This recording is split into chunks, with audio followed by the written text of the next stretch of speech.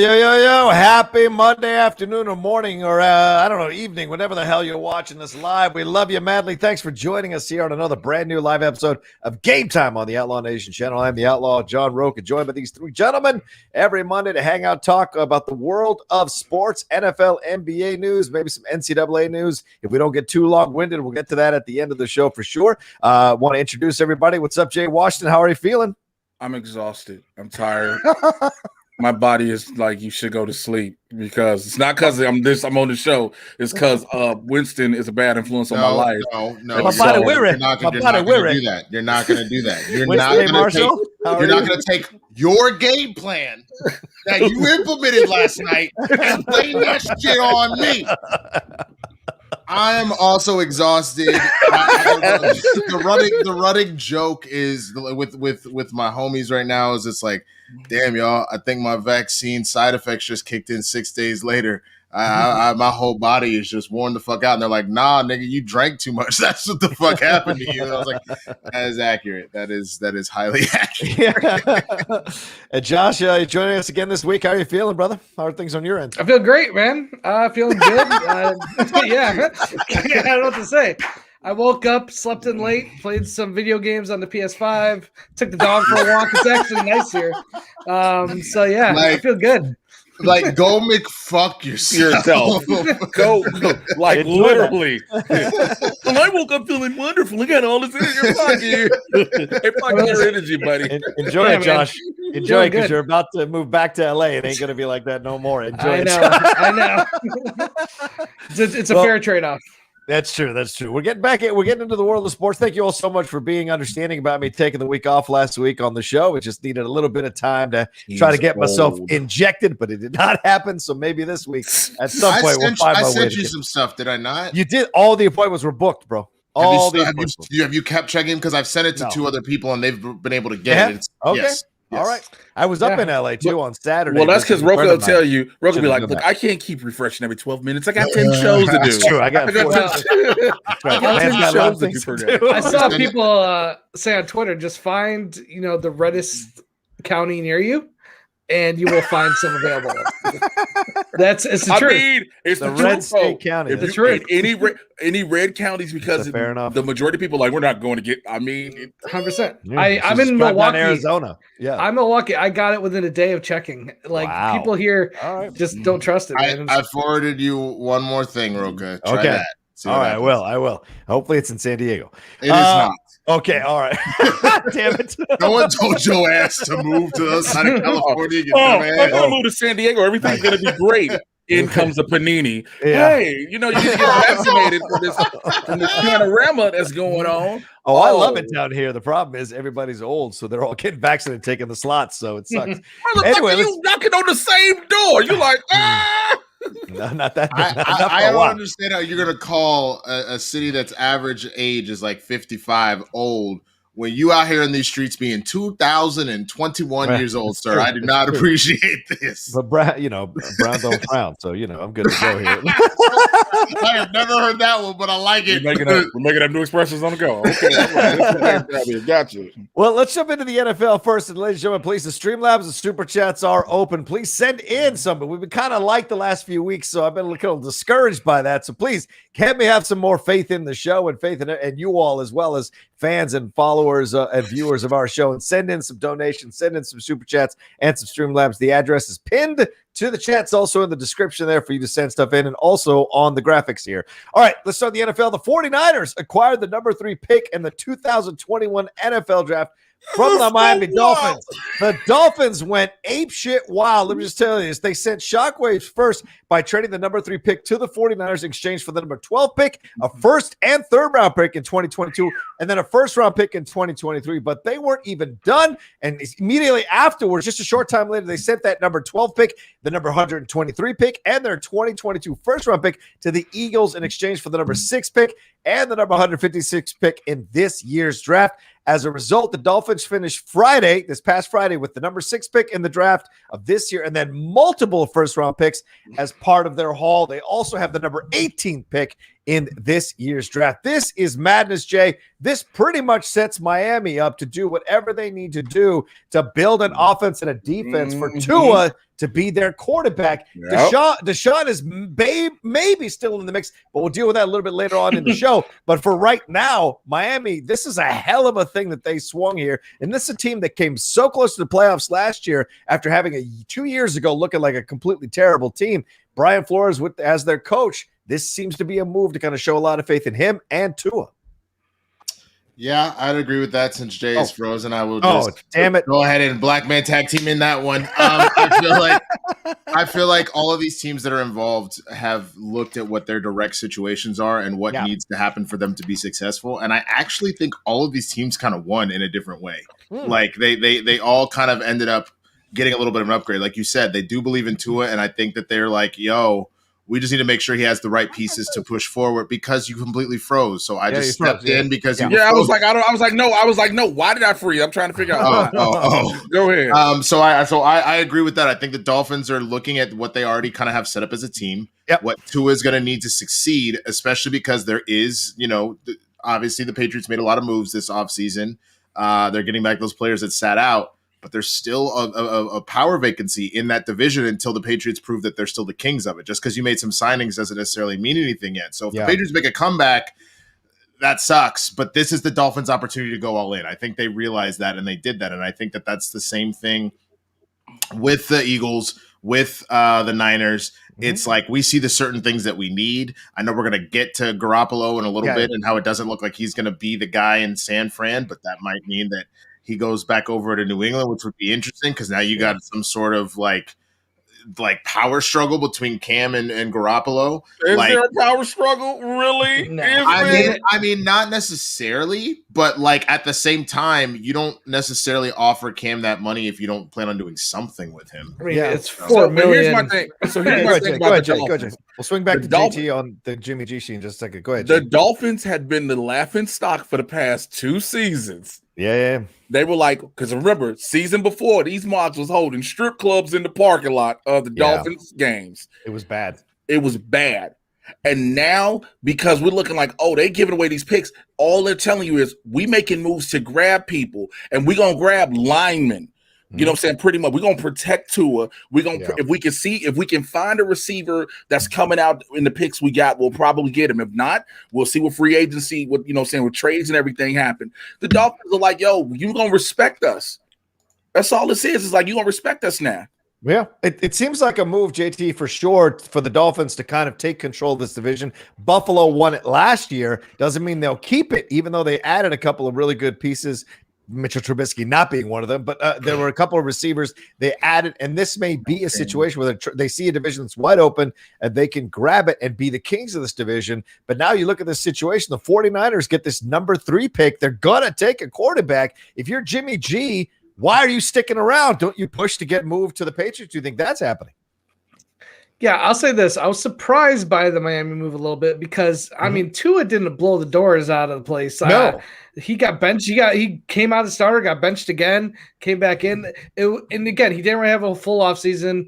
He didn't, he's a rookie. To me, he's a big question mark. You're going to ride with him, but it could turn it out to be like a Mariota situation where he's good, but he's not like next level good. He's just serviceable.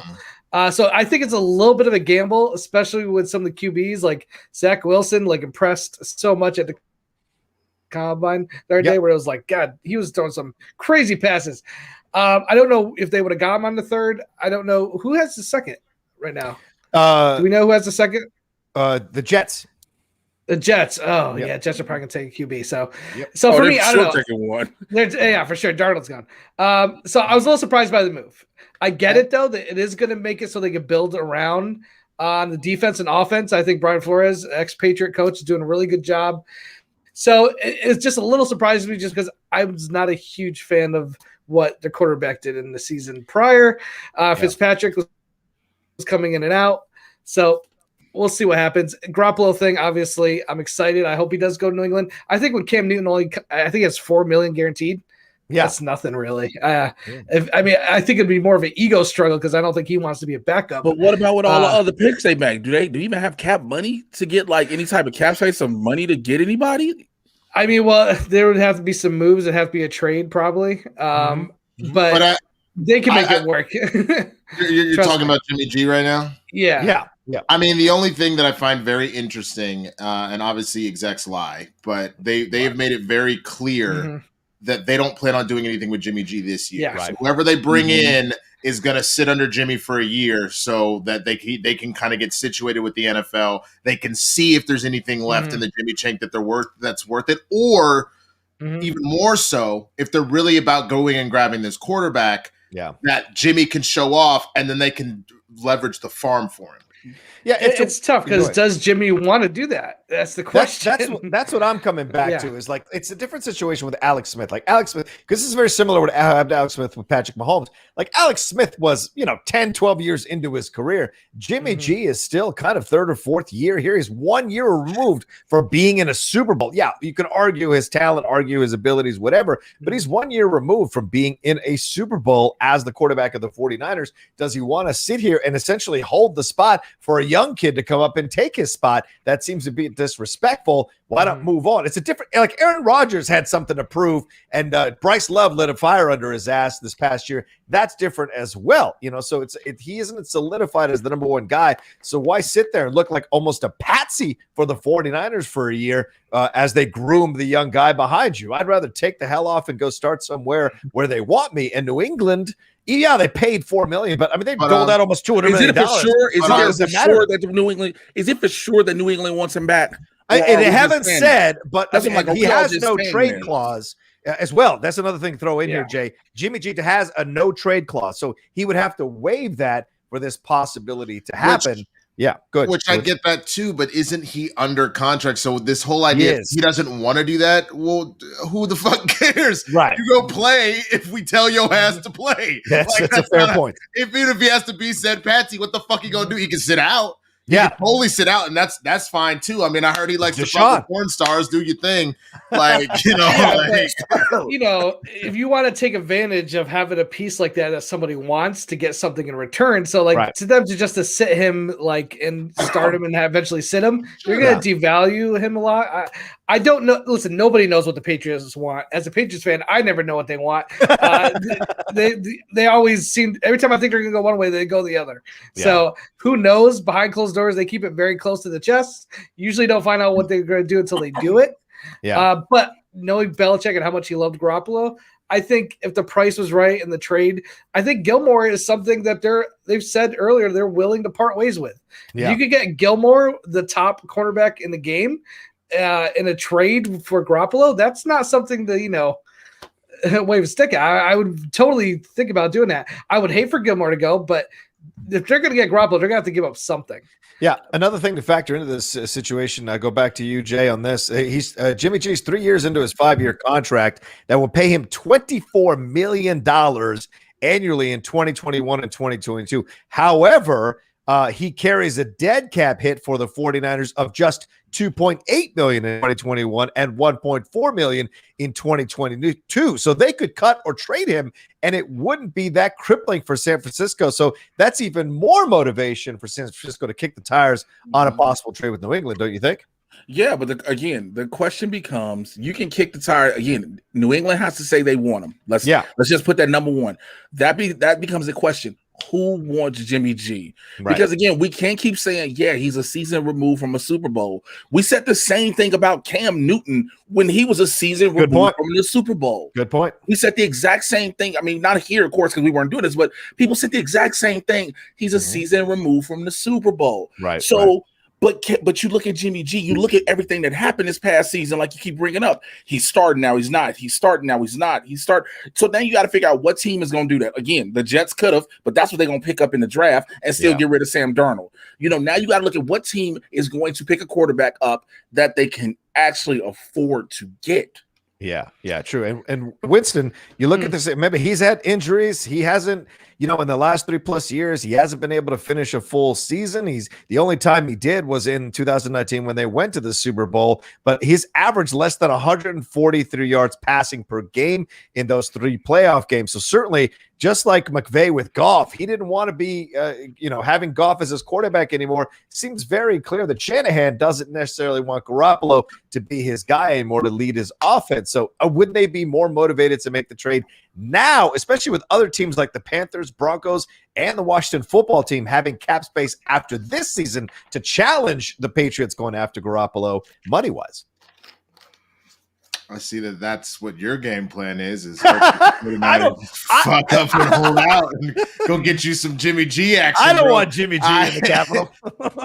Look, I think the big thing that I find the most interesting is that the Niners, ever since they had two of the greatest quarterbacks to ever grace the NFL, have continued to find these serviceable game manager guys. They haven't really I think that the exception was Colin Kaepernick for that time that that he was balling out of control, but then obviously that went the way that it went. But I'm thinking about Alex Smith. I'm thinking about Jimmy G. I'm thinking of God. Who was there before Jimmy G that was holding the fort? Jeff Garcia.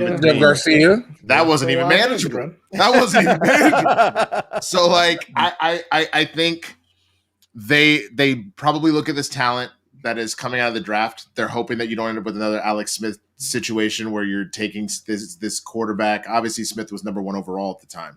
Right. But you're hoping that you don't take a quarterback early on in this draft, high up in this draft, and you end up with another game manager. I think they are genuinely trying to find the solution to the problem. And Jimmy's talented, but it seems that he was another product of the Belichick system.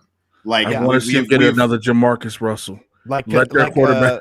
Like Cassell. Yep.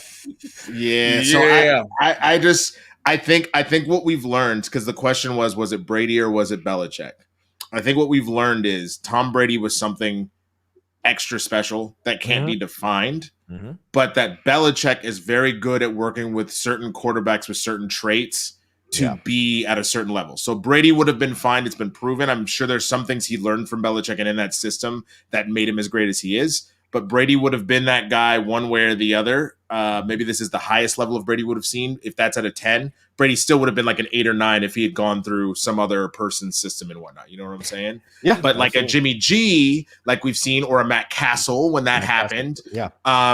They're maybe at 5s or 6s at their best. But with Belichick, they were up at an 8 or a 9. So I think if he ends up back over there, I think that he'll do great things. I don't think it's going to happen for him in San Francisco at this point. So I do think they use him for a year and then they move on with whoever they take in this draft. But again, what about Cam? Again, we keep talking about Jimmy G, but if he goes to New England, we just spent 2 weeks ago talking about, this is a good thing for Cam Newton. Belichick believes in him. They signed him, blah, blah, blah. We were pumping up the potential. And now we're at this point where we're like, well, Jimmy G might go back. You know what I'm saying? But I understand that, but I can honestly see a situation where Belichick goes with the Breeze kind of Winston model, where he brings in both of them. He kind of figures that obviously Breeze is about, or it was what? It was Breeze, Winston, and Hill. Taysom Hill, yeah. And where you're trying to round out what you got with Breeze, because it's like, nigga, we need you to retire. We know you want to go for it one more time, so go for it.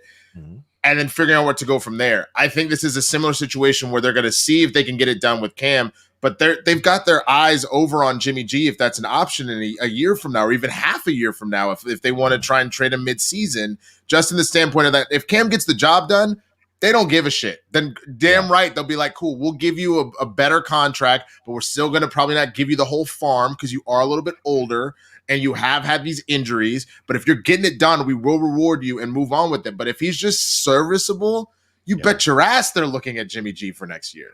Well, and go ahead. Let me just say a thing. So much Patriot talk.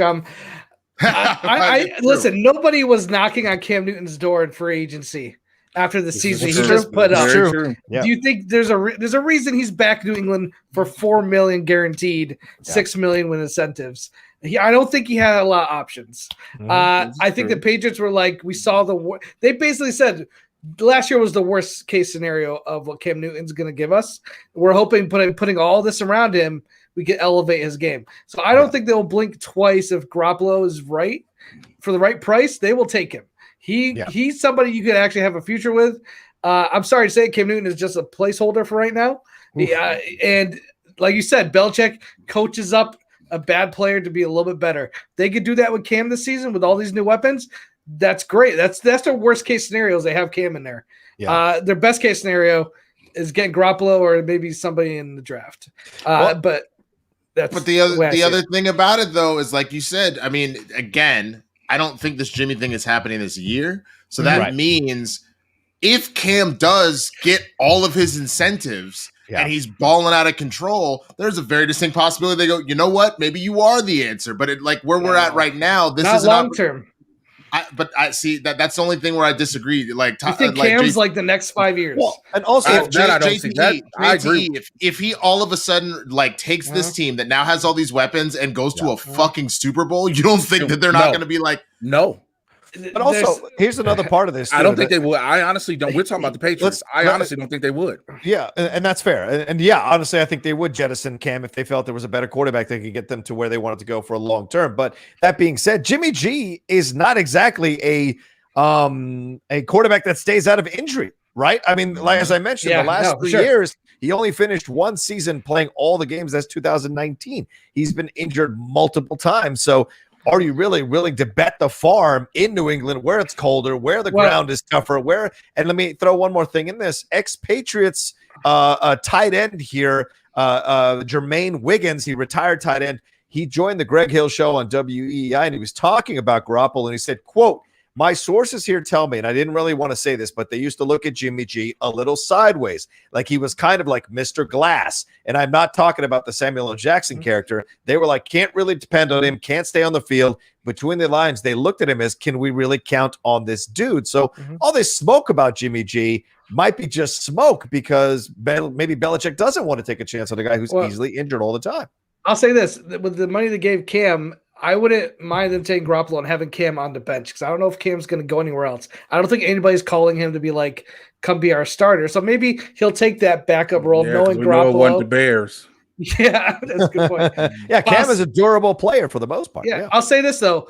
For me, Garoppolo injuries, he's not getting a contract like he got in San Francisco. Right. Whatever he gets in New England, they're going to cover their bases. He's not getting $125 million for so many years. It's going to be a step down because his play is stepped down. His injuries have been an issue. So we're not getting $125 million Jimmy G. We're going to get a much reduced price. That's fair. Yep. Since $17.36, Jimmy G. Wow, bro. Since 2017, he's missed 23 starts. Jimmy G. That's insane. And he's due to make $24 million this year. If I'm the 49ers, I don't even know why I'm sticking around with a guy like that. But look, since 2000, when Young retired, it's been Jeff Garcia, Tim Rattay, Alex Smith, Sean Hill, Colin Kaepernick, Brian Hoyer, Nick Mullins, Jimmy G, and then Nick Mullins again this year. So that's been the stable of quarterbacks in the 49ers. And they've gone to the Super Bowl twice. But they've gone to the Super Bowl twice with Kaepernick Browns? And with Jimmy G. Yeah, well, the Browns. That's a whole nother ballgame. I'm just saying, just like the year, you remember, obviously, the cursed jersey? You just kept adding motherfucking names to that. Like, I guess they have passed the torch since the Browns are believing in Mayfield now, and they're doing some work. That's true. Oh, Lord. Line it up. We'll see. All right, let's move on to we'll see what happens. And of course, the Eagles get themselves the number 12 pick, and they're looking really good to build around Jalen Hurts. Nice moves for them overall. We'll see what it ends up being. And we'll see if the 49ers keep that number 3 pick, if they take Alabama's Mac Jones. Most mock drafts have Jones going there at number 3 and Zach Wilson going to the Jets, and obviously Trevor Lawrence over to the Jaguars. So we shall see overall. I how want him plays. to say he don't want to do it. I want to see him say no. Who, Trevor? Oh, You've wanted to see people say that about Jacksonville every year, and every year they're just happy to be a professional athlete. Bro. I know, but I mean, people like, they're happy to get drafted. But to be honest, you're Trevor Lawrence. And right now you're high profile coming in this draft. You top tier, number one, on top of just being number one, you are very high profile in this draft. And you got to go to the Jacksonville Jaguars. Yes. Yeah, and Trevor Lawrence, Urban Meyer said today in an interview that they're leaning towards Trevor Lawrence. No surprise to anybody. But Trevor Lawrence also said that he is not going to attend the draft in Cleveland, and he is instead choosing to watch it at Clemson with few family members and friends. So really interesting. I guess the COVID situation affecting him in that moment, maybe not as big of a deal for him to go and get selected by Jacksonville. Right. That's what it is. I'm going to Jacksonville. Okay, I made it to the league. It's the same thing if the Bears had the number 1 pick and you're a highly touted quarterback. Unless you are a diehard Chicago fan at the time, you like, I'm going to Chicago. Yeah, why do you go to Cleveland to get picked to go to Jacksonville? That seems like a bad situation all around. That's two things of karma you don't want to mess with. All right, let's hit some Streamlabs Super Chats here. Olusegun Awayewale, Joseph again says, when you get a chance, with what Nets are doing, do you think the age of the super team is here to stay? For me, I feel like they try to be the Avengers to LeBron's Thanos. We will talk about that a little bit later on in the show for sure. So let's put a pin in that.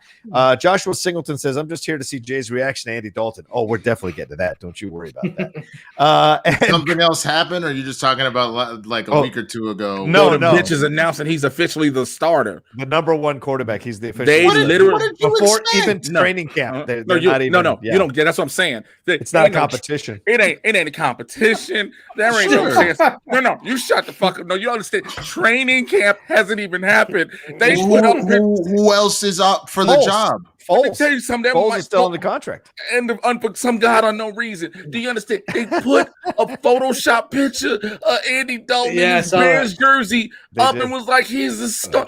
That hurts. It said QB1. It said QB1 underneath his name. Why? I mean, look, I already told you. I know you feeling some type of way. This isn't a situation where you're going to get Andy Dalton and your whole team's going to turn around, and the Andy Dalton that was making it to the playoffs with AJ Green, and they just could never get over that playoff victory hump. It's not going to be like that. But Andy Dalton, like I said, when given the opportunity, won some games for Dallas and stuff like that. You really have a pretty solid ass motherfucking defense out there. We're not trying to hit it. You're not going to win the Super Bowl. You probably won't make it past one round of the playoffs, but I bet you the Bears make the damn playoffs.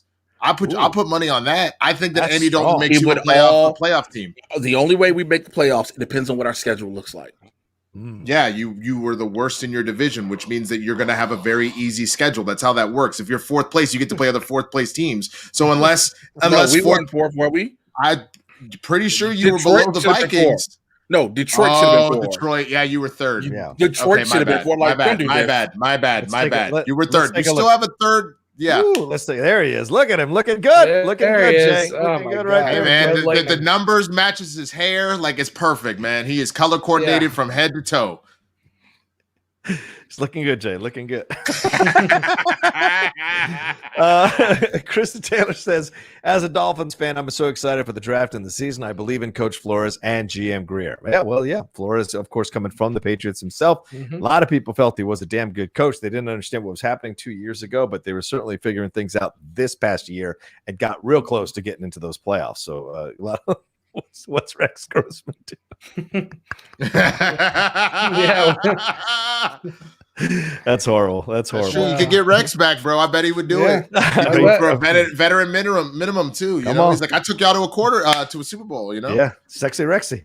All right, let's move on to a little bit more of a difficult conversation. We should definitely address the Deshaun Watson situation. This is starting to pop off in very serious ways here. You know, a lot of people were thinking that Miami was going to make some moves here to go after Deshaun, but now after all the moves that they made here, it looks very clear that they are all in on Tua, and that's obviously stemming from their owner, Mr. Ross over there, who very much wanted Tua to be the guy. So they're moving around that. So the Watson situation, I'm sure this doesn't help. If you don't know right now, there's at least 16 women who are allegedly going to accuse Deshaun Watson of sexual assault or harassment.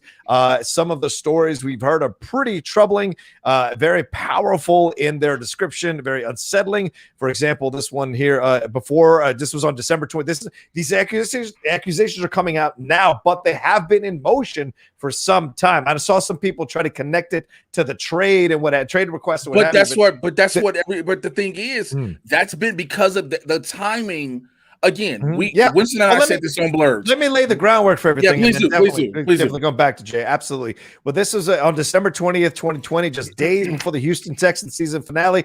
A woman identified in court feelings as Jane Doe number 3 alleged that she met quarterback Deshaun Watson in a Houston office building. Apparently, it went bad quickly. She said Watson wore just a small towel. It kept directing the massage to focus on his, quote, inner thighs, inner glutes, and even more personal areas. She felt threatened and intimidated. She was visibly shaking, she said. And then she filed a civil lawsuit because she said that Watson coerced her into move her mouth toward his penis, forcing the plaintiff to perform oral sex on him. The plaintiff did not consent to any of this. She was so panicked that she says she defecated on herself, and her mom came and picked her up at the office. And this is just one of these. Jane Doe number 9 says she met him at a Houston massage spa where at the quarterback's insistence they were alone in the room. Watson started wrapping his legs around her head in an attempt to force oral sex. She says she broke free, but then he still went ahead and masturbated in front of her. And these women have all come under this attorney who is claiming Tony Busby. He is claiming that all these women are accusing Watson of sexual assault, and there are other stories as well. Winston was telling us of a new story that's dropped in Sports Illustrated that details even more, drops even more details about these allegations. This is incredible. Talk to me, gentlemen. The one that sticks out to me specifically is actually the Sports Illustrated article, which you all should check out. Specifically because this woman, she even acknowledges the fact that when she heard about these lawsuits going forth, she did look into it with the lawyer that's running it all, and she got skeeved out by the lawyer. So there's some stuff there where she was like, "Nah, I'm not gonna roll with him because this the way that this is played." Because they tried to be like, "Yeah, we'll rep you now. You need to sign all these things, and you're automatically rep." And she was like, "No, you guys are. What's going on here is kind of whack." But when you listen to her story and how she expresses the details of like what he was doing, including certain things like, it is normal to not use a sheet, to use a towel instead as a covering. He intentionally asked for a towel because he doesn't like the sheets. It feels too claustrophobic for him. And then immediately used it as an excuse to be like, "Oh, the towel's too itchy," and just threw the towel on the floor and just like had his shit all out there. You know what I'm saying? And he would. It is also normal when getting massages to get erections, just as part of the relaxation. Absolutely. It's not necessarily that you're full on aroused, but you are relaxed. The homie would start just like thrusting in the air, like around her wall, like, you know what I'm saying? And then when she asked him to stop, he'd be like, "Oh, my bad." And then would do it again like 20 minutes later. The amount of details that are coming out, the consistency with the story, stuff like that, reading some of these affidavits that are being presented and stuff like that, these filings. Again, we need for the system to play out. We need it all to go through and forward, but this does not look good at all. And I still stand by the fact that there's no way that the Texans didn't know about this. And so I'm of the mindset that it's not just whether or not he did. Like I said this before, and I still stand by this. Right. Either the Texans knew, covered it up, in which case they need to be hardcore fucking punished. Yeah. Or they're framing Deshaun, in which case they also need hardcore fucking punishment. There's no way that the Texans are not at some sort of thing to this. Now, dealing with Deshaun, that's a whole other fucking thing, and he really sounds like a really shitty individual. But as this continues to play out. But Jay? And so my thing is this. We said this before, and we stand by this. Listen to all women, believe their stories. We get that. But there was one thing that really made it, that caught my interest when I heard it. When we hear various situations of these stories and the accusations that come out, and people always say, "Oh, they're going for money. They're going for money." And you're like, no, these are all civil complaints. In this case, there's lawsuits for money.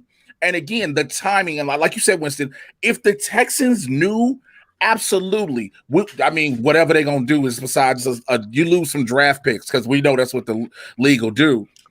But if anything, they just allowed Dan Snyder to be the full owner of the Washington football team, and he's got 26 women accusing him of sexual assault. So again, with that, Then you have the attorney who is best friends with the owner.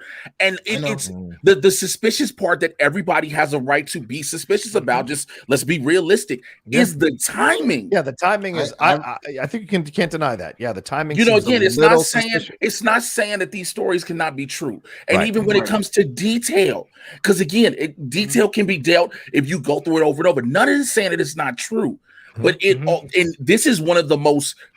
It's not like Bill Cosby's situation where we were hearing the stories for years. Yeah, right. And then it finally took a Hannibal Buress joke. This is why you need to read both the article and these affidavits. He was out here having people sign NDAs, and a lot of these women, because he's specifically going after, like, one of the women was not even a licensed therapist; she was a student. Yeah, and so, like, for example, one of the things that was happening with that. He was like, oh, she has to sign an NDA. She thought, well, maybe because it's a professional athlete, that's what I'm supposed to do, only to find out from people later, like, no, that's not normal. And this was happening because of his said behavior. So again, yes, there are women that are coming after for money. And if they're exploiting a situation, that's a whole other conversation. But there's a lot of women that are making these complaints straight up from a standpoint of this dude was trash and sexually harassed. And so I'm saying, as we're getting more information, I'm kind of like, oh, fuck. You know what I'm saying? Like, that's the thing. Yeah. Have you read more of the stuff, Jay? Like, have you seen these affidavits? I've been reading a bunch. I've been reading them all. I haven't just gone off the stories and then I've been reading them for sure. But also a part of this, and JT, let me get your thoughts on this.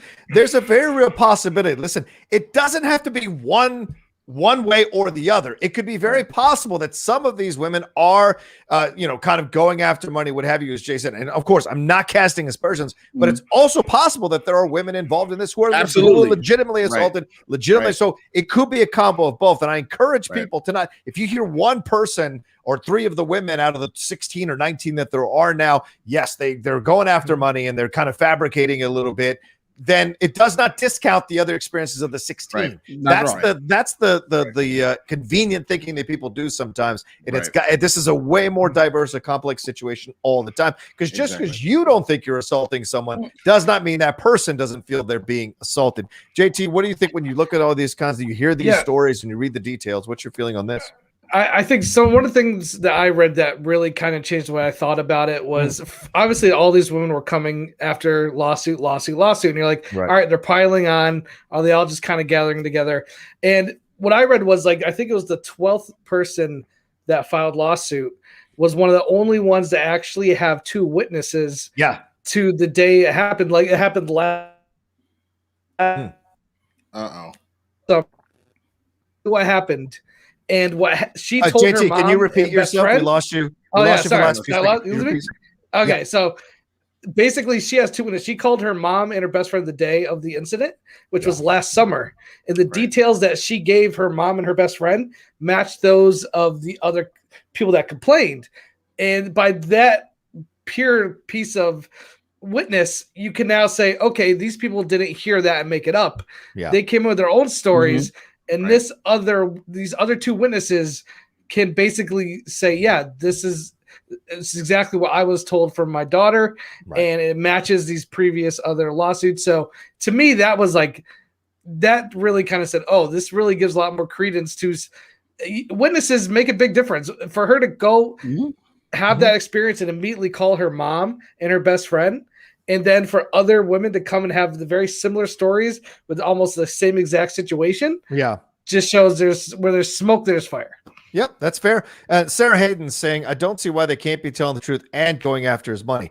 Absolutely, Sarah. True. Absolutely true. Yeah. As I said, there are multiple sides to this. It's so layered. Yeah, this is such a layered situation. Yeah. Again, absolutely. Like I said, I want to make sure it's clear. Like, yes, there can be stories of truth where this dude is just like, again, we're hearing so many stories now of men going to massage parlors, and I think we hear of the celebrity men.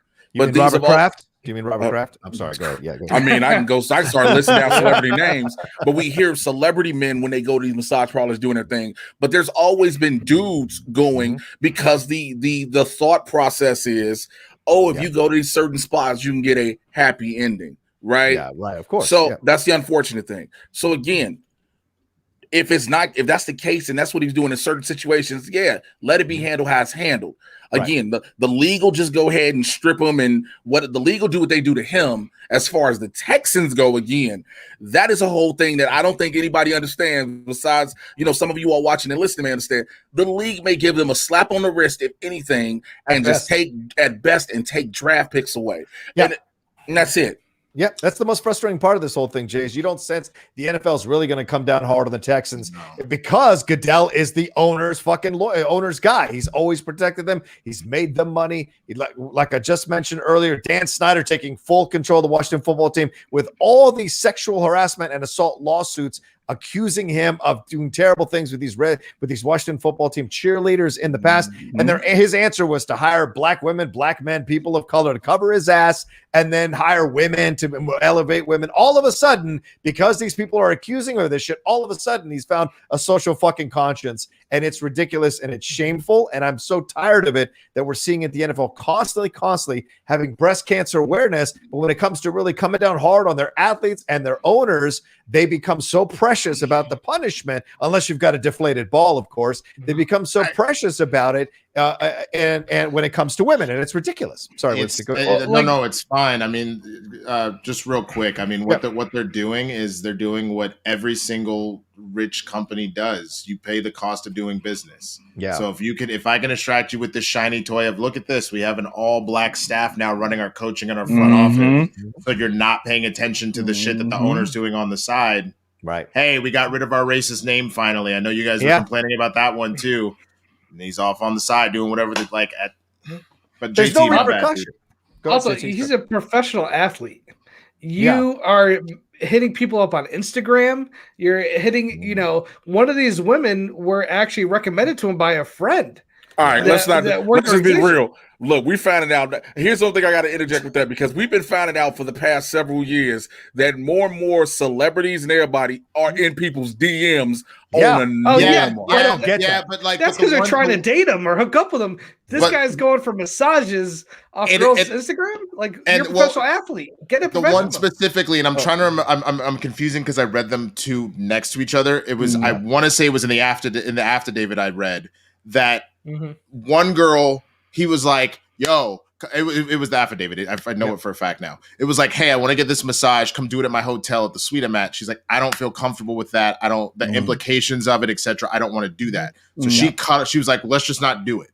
And then he went and called her friends to harass her to accept the job, and that he would drive from his house in Houston to where she lives in Pearland, Texas, a couple hours away to still at her mama's house to still get this massage from her. Like, I'm saying, homie is going above. Like, that's the thing. You really need a massage that bad, son? There are plenty of people that are probably way more qualified than a massage therapist student to make that. Like, this nigga, that's 2 hours away. Like,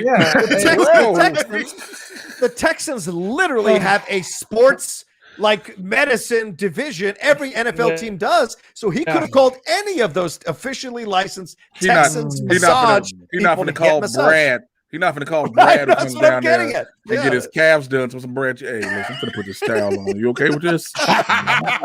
No, that's not funny. I'm not laughing at that. No, you're not. Are you not? But I'm using that scenario like that's not what he's going to do. He's not going to. Winston's laughing at it a little bit. I think he was laughing a little bit. But it's just, you got to put it into context. He's not going to do that. Even if it wasn't a dude, if it was a woman on the staff of the team. I know, especially because the other part about that too, because this is at this point it's more of like a power dynamic thing. If he does that to somebody on the Texans team, there is way more higher probability that he's going to have that hammer come down on him like that versus doing it with someone. Because a lot of the stories are the same too. I don't like the public entrance. I don't whatever. They have to escort him through the back so that they can't.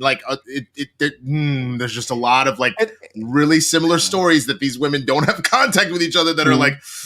Yeah, and what's his face said? The lawyer said that these women didn't know each other. It's a cross section of black women, Latino women, white women. Some of them are married, some of them with boyfriends, some of them single. And as Cheryl pointed out, Ambling pointed out, it is not these women that are typically working massage parlors, as Winston just said. Of course, some of these are students, some of these are regular freelance people who do massaging on the side so they can pay their bills and what have you. These are the things that were coming out. But either way, even if some of this is true, he's the fucking predator. And the predator, like if you're calling someone to call her friends to kind of intimidate them so that you can meet up with them to do what you want to do. Can we ask this question? That's a How little in bit the fuck did he find her friends? Yeah, that's a good point too. So he knew that this one in particular, he knew her to some extent. They weren't like good friends or but they had met before. Okay. So there was a connection per se. Was the thing. He went above and beyond. He went to his friends. He found out from them who some of her friends were and was just hitting everybody up. Tell her to take the job. Tell her to take the job. Tell her to take the job. Right. I mean, the second you're going, the second you're going outside of the right channels, the motive there has to be questioned. Like absolutely. So many people in the chat are complaining that we're going to talk about Chad Wheeler. We talked about Chad Wheeler weeks ago, guys. Where were you? We've talked about we talked about that when already. When talking about the Seahawk dude that hit his girlfriend. And we talked about that shit when it happened. I know he played on the show, and I knew you guys talked about it because I was like, "What the fuck happened?" And then we talked about that. Yeah, we talked about that shit when we talked about that shit when it happened. Did something else happen? Just that he pled not guilty to the whole situation and claimed mental health issues, which for the reason. Well, again, you know what? Well, no. He claimed mental health issues because he's white. Right, exactly. He said he's a white man. He called it a manic episode for why he did what he did. I'm just going to call it for what it is. I'm just going to call it for what it is because we've learned that white guys can use that thing. I'm having mental health issues, and they can do dumb shit, abuse their wives, go on killing sprees, et cetera, et cetera. Yeah, as the guy said in Atlanta, he just had a bad day. That's terrible. All right, that should not be an excuse that anyone gets to fucking use. And there are plenty of people with mental health who do not do that kind of shit, mental health issues who do not do that kind of shit. So that shit needs to be kicked the fuck on out by the courts once and for all. If the situation doesn't call for it, that's the thing. If the situation, but any abuse of a physical abuse, especially in a situation the size you are and these young, you're going to have to pay the price, which is jail time, counseling, and what have you. You do not get off with a slap in the wrist. Fuck that. We're becoming way too lenient as a society about this shit, and it's got to stop. I just want to ask this real quick question before we can go on. So you just said three things. Yeah. Jail time, counseling. What should, besides the kicking out of the league? Yeah. Mm-hmm. If this is all if at least one is proven, what happens with Deshaun Watson? Because now we have to look at done. No. I'm talking about criminally potentially. Yeah, that's what I'm looking at. That's what I'm talking about. Yeah, that's what I'm talking about. I don't think there's been any criminal charges filed. This is all civil suits. No, this is all civil. Well, right. At this point, the Houston Police Department has come out and said that the attorney, I think Harden or Busby, whatever his name is, has not filed the official charges just yet, but he is waiting, the attorney apparently, to get all the stories all in one. And then they're going to do their research and then submit this to the Houston Police Department, and then they're going to file charges. And here's the deal: the one that you were talking about with the JT brought up, the Jane Doe 15, where she called her mom and her sister, and if this happens, then he can be in violation of Texas Penal Code 22.012, which is indecent assault, which is punishable from a 1 year of prison or a fine of $4,000. Now, that's just at the base level. So if it goes even further of the stuff that he did with all these other women, we're looking at multiple years in prison, and we're looking at pissing away an incredible opportunity simply because you felt the need to assault these women and force yourself on these women. What a horrific and stupid way to waste your life. Can I also say a real fact that we all, again, this ain't Sports Center, we keeping it real. Yeah, of course. Now, you said that the lawyer has said that these are all women from different sides of the spectrum. Yes. And by race and, whether relationship status or whatever the case. I promise you to God, think I'm lying. Let the one case they press a charge on be a white girl. They will slam him. Well, that's possible. It is Texas. Right. He is a celebrity. He's a star. Yeah, but at the same time, you're a black man who's lived in this country for generations. But that's what I'm saying. But that's what I'm saying. Fuck with a white woman, right? But that's what I'm saying. That's what I'm saying. Again, we've seen this happen, unfortunately, in many situations where a black woman, a Latin woman, or a Hispanic woman are assaulted. and it's literally just like, bad boy. It's probation or nothing, or community service. Yep. That's what I'm saying. Great point. That's what I'm saying. And again, if it need be the case and it's proven in court and et cetera, let it happen. Yeah. But I'm just holding that one thing too. Again, I call him Rapelessberger every week. I will not stop because Ben Roethlisberger is able to play in the league, and people keep forgetting about him. Mm-hmm. People keep forgetting to bring his shit up. And again, I'm not saying just because you bring up one, you bring up the other. His shit should have never dropped out the spotlight. Yeah, that's fair. But we're more aware of it now. I think we're dealing with it as a society. Post Me Too, post a lot of things. I think we're more aware of it. And I think that's fair. Yeah. Social media just alone. Yeah, exactly. Social media and all of that for sure. So we'll see what happens. One thing I do want to say here, there were accusations to wrap it up here that he's apparently deleting some of these DMs on his Instagram. That three new lawsuits now are accusing him of deleting Instagram messages and contacting these women to, quote, formally provide him massages in an attempt to settle. So he's trying to get them to settle these women, these cases. And his attorney, Rusty Hardin, said that he has not deleted any Instagram message over the last 2 weeks and categorically denied that his client contacted any of the women. But he did say, this is what's so funny, speaking out of both sides of his mouth, he said, like a lot of people, Deshaun regularly deletes past Instagram messages. That said, he has not deleted any messages since March 15th, the day before the first lawsuit was filed. I get where he's coming from, but no, here's the thing though. If you're in the middle of all of this, you don't bring that up. You know what you don't do? Yeah. You do not go and start deleting this shit right now, because whether or not there was actually something in there that looks criminal, the implications of it looks fucking horrible. Yeah. Only matter is this thing you can delete your DMs out of Instagram. So if like you shoot your shot and then you don't get a response in like 20-30 minutes or a day, you ain't even see that. Quit playing. You ain't even see. But in that situation, if he's sitting here sending messages trying to settle, and if he's deleting them, so this is where it'll be again another caveat. Because of course, if I'm one of the women that have been assaulted by Deshaun Watson and you send me a DM trying to settle, guess what's the first thing I'm doing with this? Screenshotting. Yeah, that's the one thing that I think people are dumb. You do realize screenshots exist, right? And the minute somebody feels a type of way, I'll tell you this: everything that's happened, like with landlord issues or car issues or something that comes up, good point. Before click, and now I have that shit. And if I need to bring this back, So anything you put out there, you need to understand whether or not you're being screwed over or you're trying to screw somebody over, that somebody will screenshot that shit. And there you go. Yep, that's for sure. And look, he's saying since March 15th, but if these accusations have been happening since the summer and he deleted all those Instagram messages before March 15th, then that looks pretty nefarious and sneaky as hell. And only Tom Brady gets to shatter his cell phone, ladies and gentlemen. That's the only, we know that in the NFL. I was waiting for you. I was waiting for it. But Tom Brady threw that thing into the pool from his balcony and hit it dead on. Into the ocean. He threw it in the ocean. Threw that shit perfectly into a pool drain, so it cracked to the side, let some water flow in that mother, got jammed in the little cleaning thing. So it was just sitting there. I don't know what happened. It's crazy. They say for some reason the trajectory in which my phone just flew out my hand, like Superman just threw it into space, man. Bro, it just had the perfect amount of weight to it that he can throw it a perfect spiral with it. You know what I'm saying? He threw it up like Wonder Woman, threw up that bomb to blow up in the sky. Your phone ain't doing this in the air. Tom Brady got your phone doing this in the perfect. And Gronkowski tried to catch it and broke his knee. So he did. Oh, Jesus. All right. Let's move on.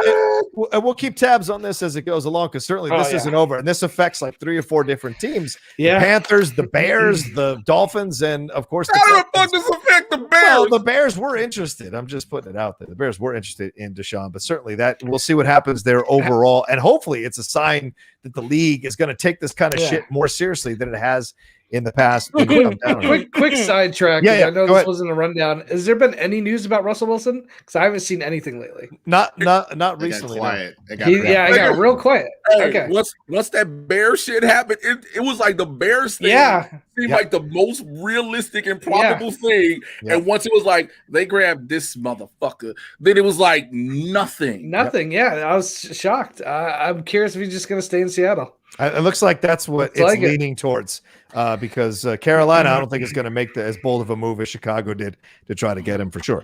All right, let's see what we got here. Some Streamlabs. Roberto Arsenal says, I'm a Raiders fan. If the Seahawks are dumb enough to trade us Russell Wilson, I'd gladly give 3 first-round picks and Carr, who is a top 15 quarterback, not top 10. Do you think that's a fair trade? Hell yeah. Hell yeah. Ain't not nailed one of us like, nah. No, yeah. Yeah.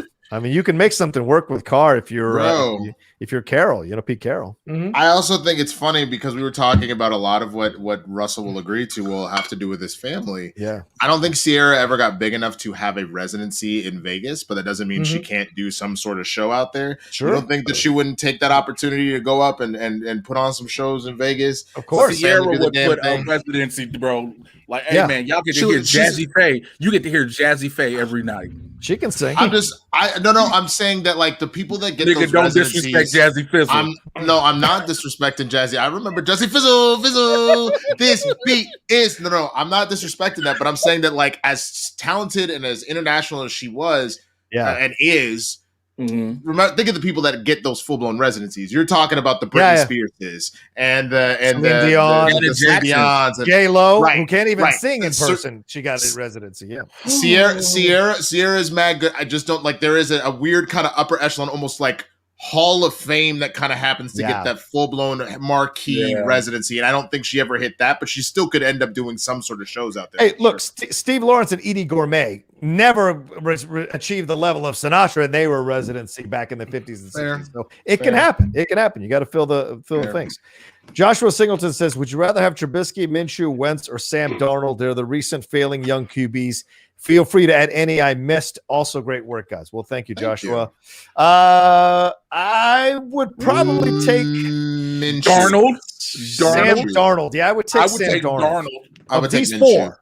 Really? Of these 4, I take Minshew. All right. What about you've seen more kind of like positive where something could really come of that if you can just figure out why he kind of fell off. Yeah. Wentz is constantly hurt. Trubisky, bro. And then Darnold, the only reason Darnold decided to turn up when they were like, we're going to get rid of you. Fuck you are. Like, you're going to threaten him like that every fucking game. That's fair. Hey, it's hella motivation. Because they told him, it was like, we're going to get a replacement quarterback. He was like, oh, you bitches suck. Sam Darnold got mono. And everybody was like, nigga, the kissing disease? The kissing disease? At your age, son? What about you, JT? Who would you take of these 4? Yeah, I'd probably have to go Darnold. I think Minshew, you're going to get him cheaper. Yeah. So depending on what your budget's like, but Darnold, I mean, he's a top, first round pick. He's looked impressive at times. There's games where I watched him, and I'm like, damn, he has an arm. He can throw that ball. It's hard not to just think, the Jets. Awful. Adam Gase is not going to show you what Sam Darnold can do. So I think you get a good coach, a good quarterback coach, some weapons. I think Darnold could be decent, man. He has the most upside for me. Yeah. Look at what Patrick said is the truth, and this is why I don't have as much faith in Darnold like y'all are saying. He sees ghosts, man. He hears those fucking footsteps. You would too if you were in the Jets. I mean, but that's the problem. He's got PTSD now, bro. There's linebackers and corners coming from everywhere. There's a fucking safety flying right at him, and somebody's gonna pick that up, right? Somebody's gonna pick that up. That's something you have to get. He has the tools. At least he has all the tools. You just have to reprogram them. It's like Jeff George when he came to the Skins. By the time he came to the Skins, that guy was seeing ghosts in his locker room. He was so bad. I mean, I went to see him play against the Chargers years ago. And you talk about happy feet. Every time the ball was snapped, he's like, it was like ridiculous to watch a quarterback like that. They go hit me. They go hit me. Yeah, it's like me playing Madden 21 nowadays. All right, let's see where we at next. Oh yeah, let's talk about it. Moving on to the 17 game situation here. This is coming to us from Adam Schefter. According to ESPN's Adam Schefter, the NFL is expected to officially announce expanding the regular season from 16 to 17 games in the next week. This was part of the new collective bargaining agreement they agreed to in March of 2020. It includes 17-game season. Russell Wilson came out against it. Ryan Fitzpatrick actually voted for it, which is crazy. But that it man passed. needs work. He a journeyman. Let that man work. He's going to lead us to a Super Bowl. But yeah, this is going to happen here. 17-game season. Some of the players came out against this. Alvin Kamara from the Saints came out against it. A number of the other players, Green Bay Packers safety Adrian Amos, Philadelphia's cornerback Darius Slay, and Saints defensive end Cameron Jordan also came out against it. Torrey Smith said adjustments have to be made to keep players healthy. But this is apparently going to happen possibly next season. So do you, JT, I go to you first on this. What's your thoughts on a 17-game season by an NFL that has been sued for CTE situations, supposedly claims to care about their players, and now subjecting them to another full-speed game and removing a preseason game where most of the starters sit during that fourth preseason game? What do you think about this? I'm just going to be selfish. I love football. If you're adding another game to the season, I'm happy. I'm happy. I understand, the injury aspect of it, but a lot of these teams aren't going to the playoffs. So, I mean, already, when you're going to the playoffs, you're playing a couple extra games. Here's what I'll say.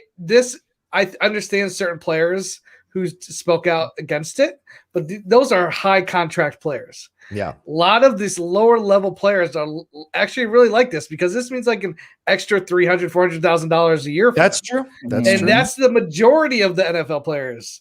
That obviously the big contract people aren't going to like it because that's just not a game where they could get hurt. But to me, preseason, I think you need to scale that back anyway. Too many seasons where people have gotten hurt for the season during a preseason game. I kind of there has to be some sort of preseason, but I think it should be scaled down. And again, I'm being selfish here. As a football fan, I'm happy to get, who's not mad about another game? Tom Brady, because he loves playing football. He loves that there's another game. Aaron Rodgers. Aaron Rodgers too. Go ahead. Yes. Go ahead, Jay. Hi. I would just like to say, if y'all didn't think this was going to happen, yes, it was in the CBA, but they tested it on your ass this season. Why? Yeah. When all them games had to get reshuffled. That's a great point, Jay. When the games had to get reshuffled and you was getting football Monday, Tuesday, Thursday. Yeah, and I loved it, Jay. I loved it. And that's the thing. And the thing is, and here's the problem: the ratings didn't drop. If the ratings would have dropped, they'd have been like, it's not warranted. Them ratings stayed the same. And I know everybody's going to be like, yes, because people were home, but you still had people. It was pretty much the level football ratings they wanted to keep. And because of that, they were like, we can have another game. And let me just say this. If this was 1995, I would not be on board. The game is much simpler. It's much safer now. You can't Is it? Well, is it? Listen, back when the 90s when dudes were getting killed, yes. Now you graze. Single person getting killed on the motherfucking field. What are you talking about? I'm just talking about receivers being destroyed by linebackers when they don't even see him coming. Bro, there was a story 3 years ago about the Seahawks receiver that got hit, and it was like, and then I looked up and I literally thought I saw God. I couldn't move a single thing in my body. Johnny Knox, who played for the Bears, got bent like a backward seat. Yeah. The back of his heels touched the back of his head. Yeah. Oh my God. It was an accordion. The difference now. The back of his heels touched the back of his head. Yeah, that difference now, when that happens, is a story. Back then, it was just football. It was another Sunday game, every single day. Now it happens, it's like, damn, he almost died. That happened every game back in the 90s. So to me, Bryce Roach, he's got the answer. I can't wait for the week 17 games of Chad Henne versus Blaine Gabbert deciding what team makes the playoffs because everyone is injured. This is real talk, and this is my beef with it. Yeah, go ahead. This isn't This isn't the NBA. This isn't the NFL.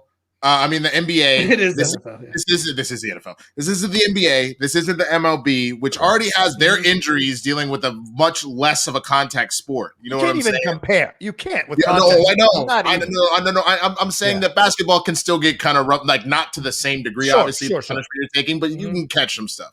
Yeah, of course. If you want to add this game to expand the playoffs, I have less of an issue with this because you're not throwing every single team into the middle of this.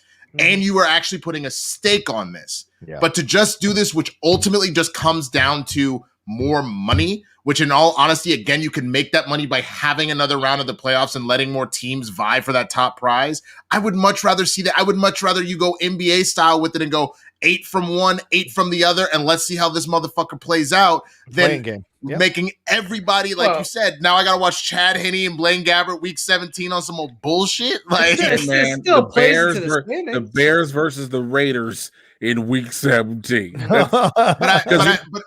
Go ahead. No, because you know how they said that's how it's going to be. Because like instead of the 16th game where it's somebody in your conference, it's somebody from another from the conference, not even your whole division. It's like they put it's a whole other conference. I saw. Let's explain that. Yeah, that can have implications. Yeah, it will be according to Yahoo Sports' Charles Robinson. The NFL has already decided on a structure. It'll be, quote, it'll be an opponent from the opposing conference, but coming from outside of the historically rotating interdivisional matchups that already exist. That. For example, if it's a season when the NFC North is slated to play the AFC South for out-of-conference opponents, the 17th game for the NFC North teams will consist of the AFC South and one more AFC team from outside the South division. The additional opponent will be determined by the previous season's divisional standing and will also rotate to a different division each season. Thank God for algorithms. My only problem is I at least liked that. I wish that there was some sort of pattern to it. I did like the idea of being able to figure out who we were playing the following year without having to go into too much detail. You just need to know a couple things. Where did you rank in your division last year? Where are you in your rotation? And that's it. Like, that's all you needed to know. So if I'm in the NFC East and I know we just played the NFC West, it's either going to be the North or the South. And I can go back and look one calendar year and go, oh, we played the North before that. So we're playing the South. Yeah. And we're in the AFC. We played, again, the West last year. It's either going to be the North or we played the North. So it's going to be the South. Right. And then I just already know who we're playing. I can just look at it and know. I don't like this idea of this kind of random toss up in the air. So I hope whatever that is, it cleans up because obviously they're doing this. Yeah. But I just look at who said yes and look at who said no. It was only 60 votes that separated the no's and the yes in this collective. I understand that, but like look at the major name, but look at the major names that were saying. So Russell was saying no. Kamara was saying no. The people that have already made their money and have the most to lose by getting injured again said, go fuck yourself. The players that were like third string that were like, nah, man, every game check fucking matters. We're like, no, we're going to play another game. And the shitty part about this is, and I get this almost feels like a 1% versus 99% argument amongst the NFL. But instead of them as players looking at what makes the most sense and figuring out some of these shitty contracts that these teams are able to do to them and take guaranteed money away and be like, actually, you're cutting, nigga, you don't get shit. They got the owners got them to fight each other and then put them in this shitty ass position. That's the thing that blows my mind is we talk about all the time how the worst CBA is in the NFL. And the players did not focus on fixing real problems. They let another game happen. Well, this also gives those players a chance to hit incentives, another game to hit those incentives. Everybody want to be like Lawrence Taylor in any given Sunday. Hey, Doc, just give me this shot. I need that. Exactly. Well, I mean, the worst CBA is the Stag CBA. Everybody knows that. But yes, the NFL is. Oh my God! Behind. Don't do this. Here's the worst CBA is the Stag CBA. Anytime Stag negotiates anything, we get way less. But here's the lineups. If it happens, here's the notable matchups. If this does happen this upcoming season, the Packers will play at the Chiefs in the 17th game of the season, which could be a Super Bowl preview, could be for number one or whatever.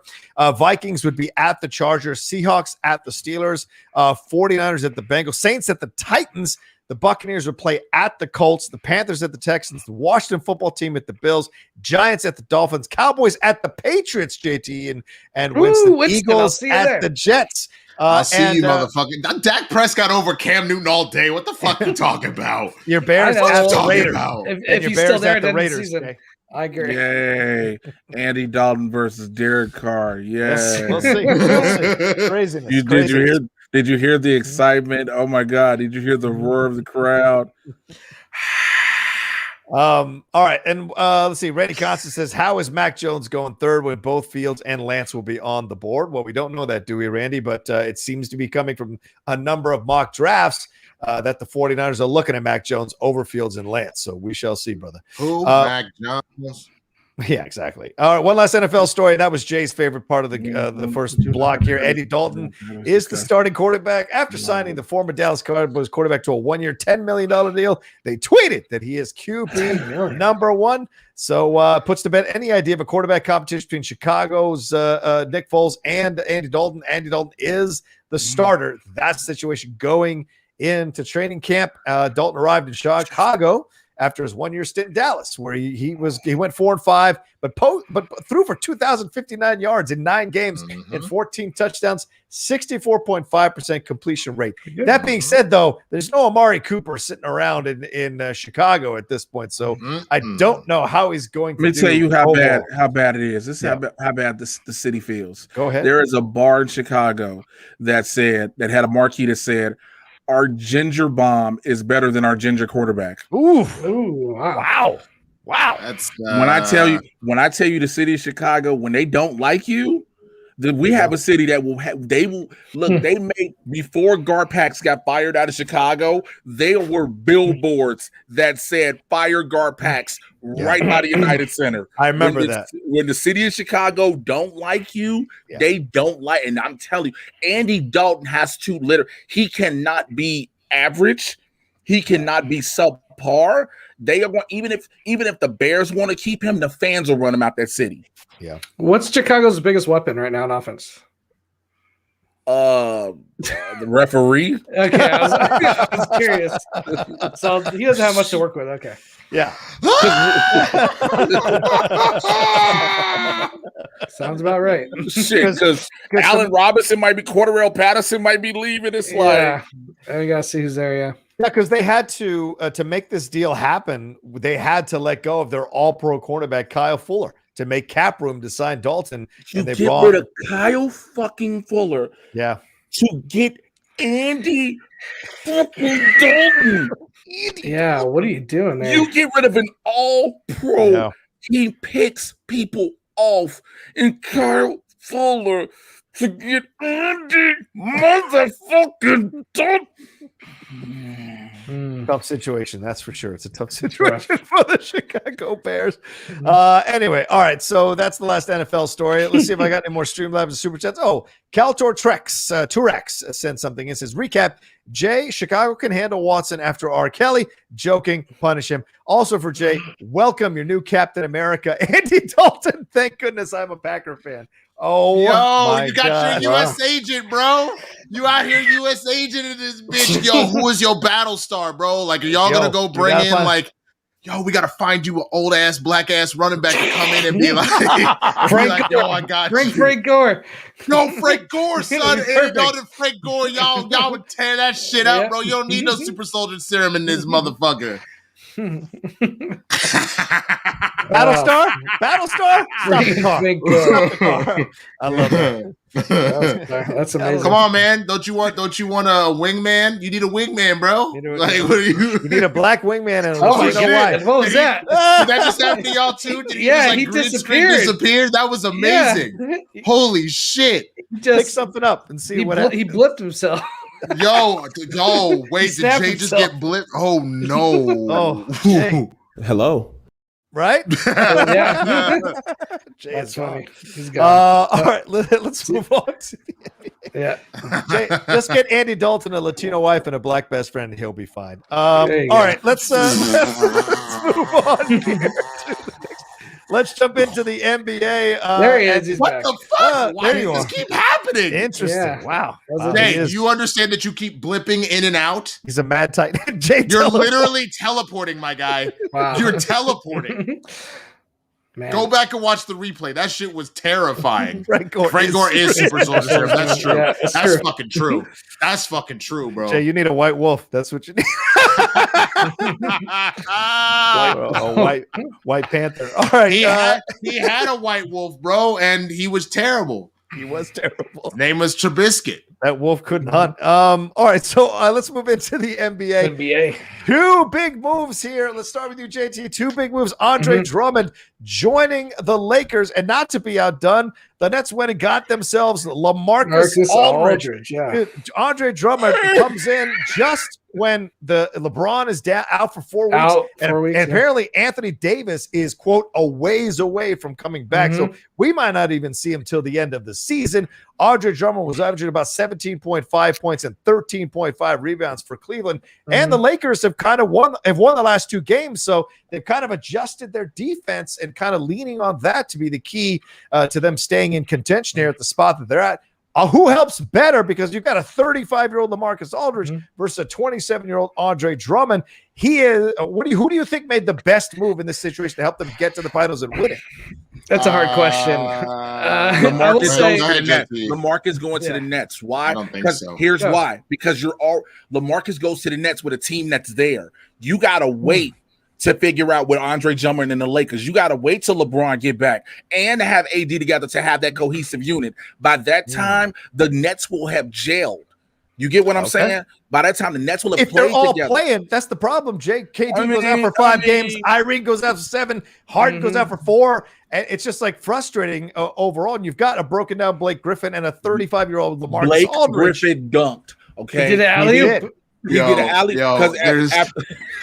There's a couple things happening right now with the Nets. So with the Nets, this is like the Megazord only has enough power for one more attack. Put all the power into one arm. Put all the power to the left leg.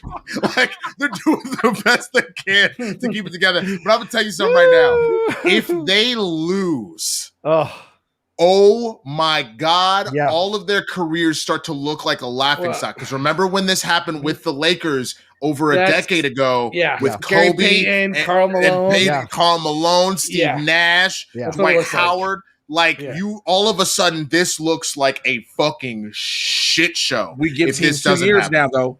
Because again, we gave the Heat 2 years. But remember, a lot of these people have signed 1-year contracts. It was right now. Yeah, Blake is right now. Shit out. LaMarcus is right now. Yeah, so that's for sure.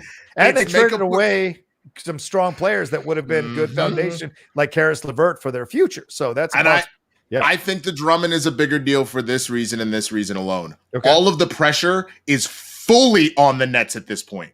It is 1,000 every time you add another fucking all-star to that roster. This is now on them to figure it out, and you keep doing it with dudes that were once the best in the league and still have obviously that superstar talent. But they are a little over the hill as far as what that means for a professional athlete like that, where, like, again, you were putting so much fucking pressure on them to figure that shit out. Whereas the Lakers, I get it. You do have to wait for AD and LeBron to come back. But you've given them an opportunity now to maybe, like, even further hold their own by having somebody else that can help out. It really don't matter because the Bulls just said fuck the bullshit. The Bulls was like, go ahead. Sorry. I want to get JT to get his thoughts on this. Good. The biggest trade is Fournier to the Celtics, obviously. Oh my God, no! No, it's JJ Redick to the Mavs. Y'all awesome. Oh, Redick to the Mavs. We got big. We got big boost big. Hold on, Ryan Nelson wants to chime in saying George Hill is the trade that everyone should be talking about. God, someone get the child out of here. Sorry, Ryan. Get out of here, Ryan. I was kidding about Boston. I didn't love their moves. I like Tice. Him leaving to Chicago I was not a big fan of that, but I think Williams moving in, getting more minutes, he has been playing better lately. Fournier does give him an outside 3-point presence, but Boston aside, they got more work to do. I don't really love. You say which one's better? Yeah, I guess I would lean towards Drummond to the Lakers because I think they needed him more. I really feel like Nets feel like they're just playing with like house money. Like we got our 3 all-stars. Harden's playing out of his mind right now. Oh my God. When you get Kyrie Durant come back, if they play out of their mind, they're still the favorites. I feel like all these pieces they're putting on, they're just betting on top of a winning hand already. To me, Aldridge has been non-existent really. Again, it's kind of like what I said with Blake. Is he going to be kind of, being on his team, knowing he has a chance to get a ring? Maybe he'll be rejuvenated. I don't know. But the Nets didn't need him. I don't think the Nets need him. Whereas I think you can make an argument that the Lakers needed Drummond. They need somebody in case AD, has reduced minutes because he's come back from injury. So to me, the Drummond thing is a much bigger. kind of hoping Drummond would come to Boston. That didn't happen. But so to me, I would give the win to the Lakers right now. That doesn't mean they're going to win the playoffs. Right. But my money would be on the Nets because Harden is making MVP candidate for himself right now. He's killing it. It's insane. I love that interview with him, and they asked him like, "Who's he?" He's like, "I'm the MVP." I'm the MVP. Yeah. His dick fell out of his pants so hard it hit the reporter in the face. He is so casual about it. He just was like, "I'm the MVP." Yeah. And then he just dropped it on the table. Yeah. Reporter dropped her mic. You just got to pull it out, son. Let them know what you're working with. It just came out on the table. Reporter dropped her mic, picked it up, and it was his dick. It was like, oh. Yeah. Oh, what the hell? Yeah. It was like insane. We lost Jay. So yeah, all right. Well, let's.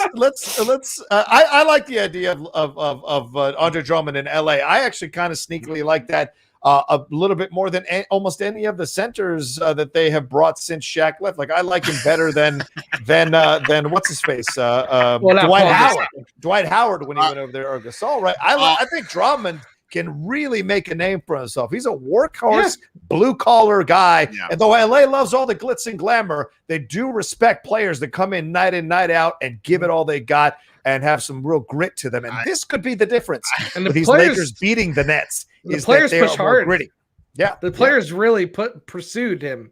They were like texting him, like, you need to come here. And it must feel, when you feel wanted and you feel needed, I'm sure that this is so much more motivation than just, we'll take it. Also, it's got to be weird, especially with arguably the two best in the league. You can make that argument that like you're going to throw Giannis in there, obviously what James Harden is doing, but you could easily make the argument that AD and LeBron are still 1 and 2, and so that's a big push. Also, it's got to be weird getting random ass text messages talking about some. Hey, you should come to LA. Who the fuck is this? Like you, LeBron James, bitch. You ain't even got LeBron's name. I'm like, wait, it is fucking. I'm LeBron James, bitch. Enjoy yourself. Bring yourself to the Lakers. Come on. Unity. That's what it's rings. Y'all think it's rings. Yo, but real talk, Ryan Nielsen out here in these streets. He was like, grown men talking about Embiid coming back. All right, let's talk about it. Embiid was the hottest thing in the fucking NBA before his injury. Very curious to see with his knee being out like that if he has that same kind of steam, if he can just go right back to what he was doing, or if he's going to stumble for a little bit. Now, the Sixers are still probably the premier threat outside of the Nets right now, coming out of the East. But it really depends on what Embiid's going to do. Milwaukee. Oh, I'm going to push back on that hardcore. I think Miami. Miami's still in the conversation. They're in the conversation. Conversation. Bringing in Oladipo is not something to be overlooked. That's huge. This guy is a former All-Star. I don't think he was showing out. He was still playing well in Houston, but wasn't right all-star level now. Yeah. Now with Jimmy Buckets and Tyler Hero and all these other guys around him, he is going to show up and show out. And Miami got bigger, got stronger, got more scoring. And I think they're going to sneak in there and possibly upset the Nets. Also, even though Kelly Olynyk, who was the other one they gave? And Avery Bradley. I mean, but it's not a bad. But it's a pretty even swap off. Now, look, I talked about the Bulls, but we got to talk about how Orlando was like blow it all up. Yeah. Go ahead, man. Because Orlando was just like, but they're rebuilding in the middle of a rebuild. Yeah, in the middle of a rebuild. It's like you built the frame to a house. Like, I don't like it. Let's tear it all down. Start over. Because the Bulls fans, we looked at the trade. We was like, okay, you sure? Because he was like, you can have Wendell Carter, please. Take Wendell Carter Jr., please. But so here's the only thing I want to say. If people want to bring up the Heat, I'm not saying that adding Oladipo doesn't change a lot. It does. But like again, the way the Sixers were rolling prior to his injury, I don't necessarily put the Heat in that same conversation. There's a reason why they're the 8th seed and the 76ers were rolling as the number 1. It really is those 3 teams up at the top, the Sixers, the Nets, and the Bucks, and the rest of the teams are good enough to come in, make noise, and even maybe take it all. That's what the Heat did with the lower seed last year. But I'm just saying, until I actually see Oladipo do that shit, remember, Jimmy Buckets ran out of steam by the time it got to the NBA Finals because he had to literally put the team on his back. Well, that's why Hero was just a little mini hero. That was just his back. That was on his back and soul. Jimmy Butler was like, that's true. Tyler Hero's been inconsistent this year. He has not been like playoff Yeah. Tyler Hero. Bro, Tyler Hero looks like Invincible in Invincible, where he's like, I got my powers, but I don't know what to do with them, and they're not working sometimes. Like you talking about when he first gets his powers, he's like, he said, I can't land. I can't land. No spoilers. Wait, am I frozen? Oh my God. Am I frozen? Yeah. Damn it. Anyway, well, the other part of this is Aaron Gordon going to the Nuggets as well. This is Rocha's face. This is a massive improvement for the Nuggets getting Aaron Gordon. Yeah, this could be a team that sneaks in there, starts climbing up the standings against, and challenges the Lakers by the end of the year for West Coast supremacy to get into the finals. Last year. We saw what they were doing. The Nuggets and they've been Jazz, kind of underperforming, Jay, a little bit this year. That's why Gordon actually helps them. Mm-hmm. Yes, he does. Again, we got to talk about Denver and Utah. We keep talking about the Lakers, we talk about the Lakers, of course, but the Jazz are real out these streets. Yeah. They're the great. Jazz are real. Like, if anybody give it a run, yes, this does help. You get Gordon helping Denver, but the Jazz ain't no holding. Like, it's like, we don't put the respect on their name like it's deserved. Yeah, that's a good point. Yeah, I'm excited for the playoffs. Especially in the West. I think there's a lot of good teams that they just hit that stride at the right time, like Miami did. Miami hit that stride at the right time and rode it all the way through. Can I just say again, and this is something that just pisses me off, and I'm still of the mindset that one of these days we just need to go, it's just the top 16 teams and fuck the conference shit. I'm looking at this breakdown. The Mavericks obviously being the 8th in the West, right? Right. They are ahead of, let's see. Hold on. The 4th place New York Knicks, the Charlotte Hornets, the Atlanta Hawks, the Boston Celtics, the Memphis Grizzlies, and the fucking Miami Heat in this motherfucker. Like, that's insane. You are capping out over half of a whole other conference, and there's a possibility we could miss the fucking playoffs. That's fucking stupid. Yeah, there you go. Well said. Ryan Nelson chiming in saying the Philadelphia 76ers were underdogs in 1776. They're underdogs now. We all got what we all need. Okay. All right. You know what, Ryan? I swear to God, if we didn't know you personally, know how sweet and wonderful of a person you are, I would have felt like that comment came with a MAGA hat. I swear to God. I swear to God. I swear to God. If we didn't know you like that comment came with a MAGA. I don't know Ryan, so if there's anything you want me to say on your behalf, just go ahead. I do not know Ryan. I'm just saying, Ryan, you're moving back to LA. Be careful with all that Sixers talking about we out here. Like, you know what shit is like. You know what shit is like out here in LA, man. They will crucify you for that shit. You better be careful. Mm-hmm. Absolutely true. Absolutely true. Another trade that happened here. We got to talk about this one. Rajon Rondo going to the Clippers. Lou Williams going back to the East Coast and get them wings. Going to the Atlanta Hawks. This is actually a sneaky and brilliant move by the Clippers that could make a difference. Look, they clearly the Kawhi Paul George situation was not working out the way they wanted to. You bring in a basketball IQ like Rajon Rondo, a guy who doesn't take any shit, but will absolutely dole it out if you need to hear it, to kind of stabilize the team, bring a veteran presence, bring a hard-nosed guy into this could change the entire culture and atmosphere of the locker room and the team that could kind of whip Paul George into shape and whip Kawhi into shape and get them working together. This is kind of a sneakily brilliant move, don't you think? Or do you guys think this is a waste? It's playoff Rondo. Listen, don't go by his season. Playoff Rondo. Yep, there's a whole when he reason. shows up. I think he's a veterin. Like you said, he knows the game. A lot of people are saying he's going to be a coach after he's done being a player. He's already studying and teaching players. I think he's great for a young team. It's interesting to see him going to the Clippers with all these veterans and superstars. I don't know if it's going to work, honestly. I'm more curious than anything. Well, the Clippers are doing everything. They like, we just, we got to make something. They're trying to figure it out. Yeah. Hey, Winston, this is the Clippers. We believe and we think. We're not sure. No, the Clippers are like, what more do you want from me? Bro, look, I'm gonna tell you right now, it's not enough, and it's too late. And I say that in the sense that they needed this at the start of the season. That's a good point. They needed Rajon Rondo to kind of whip them together way sooner than this. Yeah. I don't think that this is enough time for them to right the ship. Obviously, they're still out here winning games just because of the pure talent. But there's too much that is just kind of bobbling in the air with them that just doesn't make fucking sense. Now, I could eat crow in a couple of weeks when, in a couple of months when we get into the playoffs. And if that happens, I'll sit there and take it like a man. I just don't think that this is enough to do this. I don't think that's enough to get them over the hump. I just don't. That's a fair point, but I think they had to do something. And I think they realized something. Yeah, this shit wasn't working out. We got to take a chance and bring this guy in. They're losing their top scorer off the bench in Lou Williams. Yeah, I like Lou Williams, man. Right? Yeah. This is a guy who gets hot. He's an irrational confidence guy for sure. But I think what it speaks to, John, like you said, it's not so much just sacrificing that scoring off the bench to get their starters on the same page, which at the end of the day is more important. They still have a lot of players on the bench that can play. To me, it's more about getting the chemistry right. And I don't know if it's going to work. It's just, to me, it's like fascinating to see how this is going to work. Yeah, I agree. It's going to be. I think I'm going to get the league pass now finally for the tail end of the season. Yeah, why not? Watch some of this madness for sure.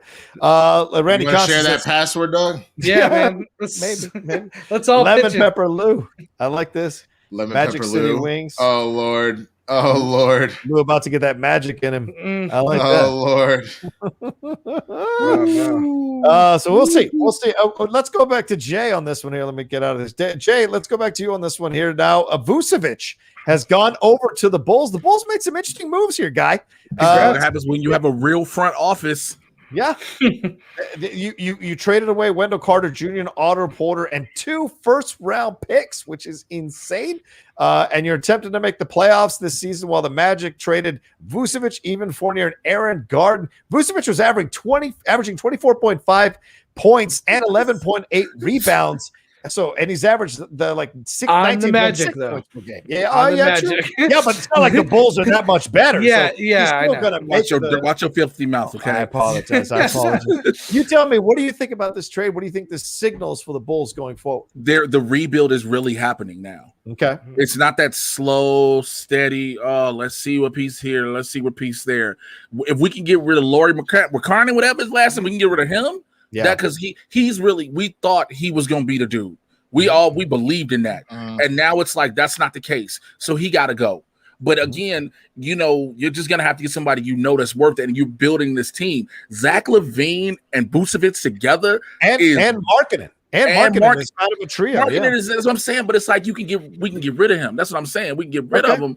All right. But then you get Thielen and you get somebody else. So it's like they rebuilding in Chicago. So let's go. I'll just say I'm always worried when like the numbers you were saying, John, come from somebody that good on a bad team. Absolutely. Like, when Kevin Love was on the Timberwolves, he was like an all-star. Right. The second you put him on like a real competition with a real team, he was third fiddle and he just didn't really show up. Now, I will say his numbers, shooting percentage, are very promising.